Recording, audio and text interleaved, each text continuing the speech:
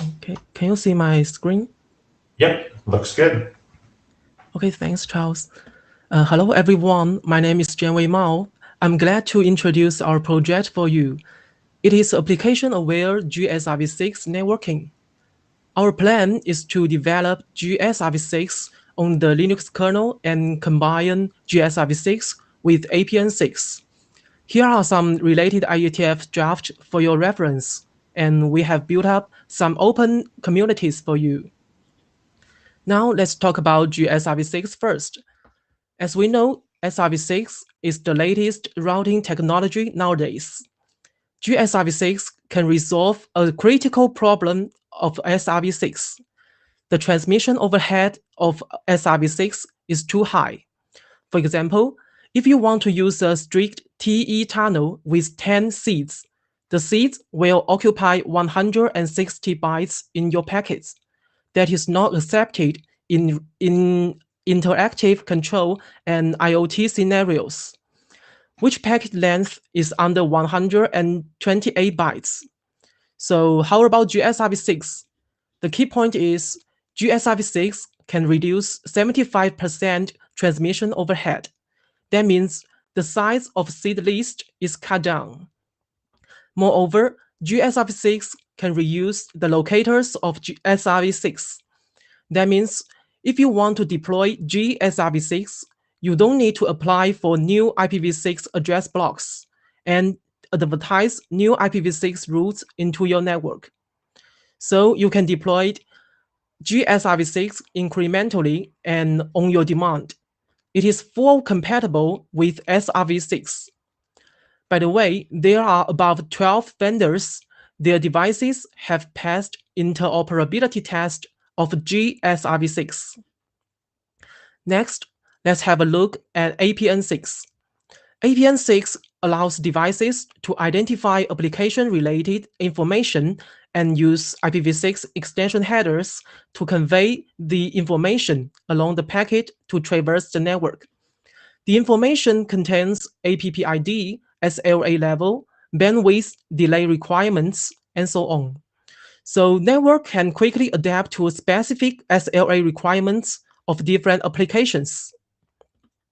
Okay, based on G-SRv6 and APN6, we present application-aware G-SRv6 networking. It combines their advantages to enable application-aware fine-grained strict TE with lower transmission overhead.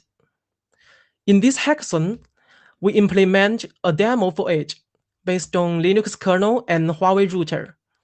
In detail, for G-SRv6, we build a kernel module to identify APN6 information and select the most suitable G-SRv6 TE tunnel for specific application flows.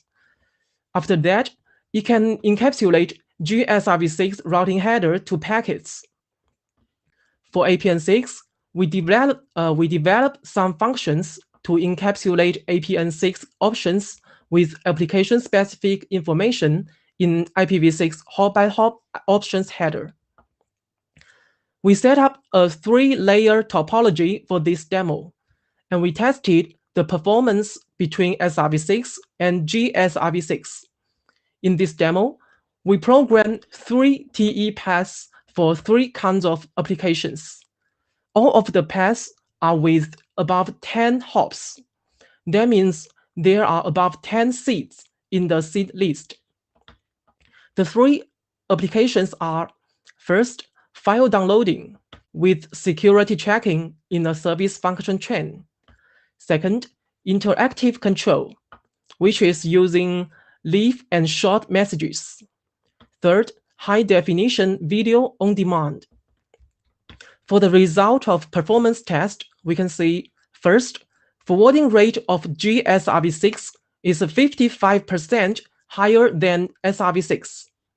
Second, for the interactive control scenario, which packets contain only about 128 bytes in the payload, the transmission overhead is reduced by 50%. Third, we can see the bandwidth utilization of G-SRv6 is 10% higher than SRv6. Finally, for this hackathon activity, we can bring some feedback to working group. The most important is G-SRv6 can improve the utilization and value of bandwidth significantly and guarantee SLA better for applications. By the way, we have made some future plans. We plan to make some POC tests in wider area networks, such as CINI in China. And you are welcome to join us to improve this demo together. Okay, here are my teammates. If you have interest for our project, please send us an email. Thanks for your listening, and thanks to my teammates. Thank you. Okay, well, great presentation. Yeah, thanks for getting us off to a good start. Does anyone have any questions before we move on to the next presentation?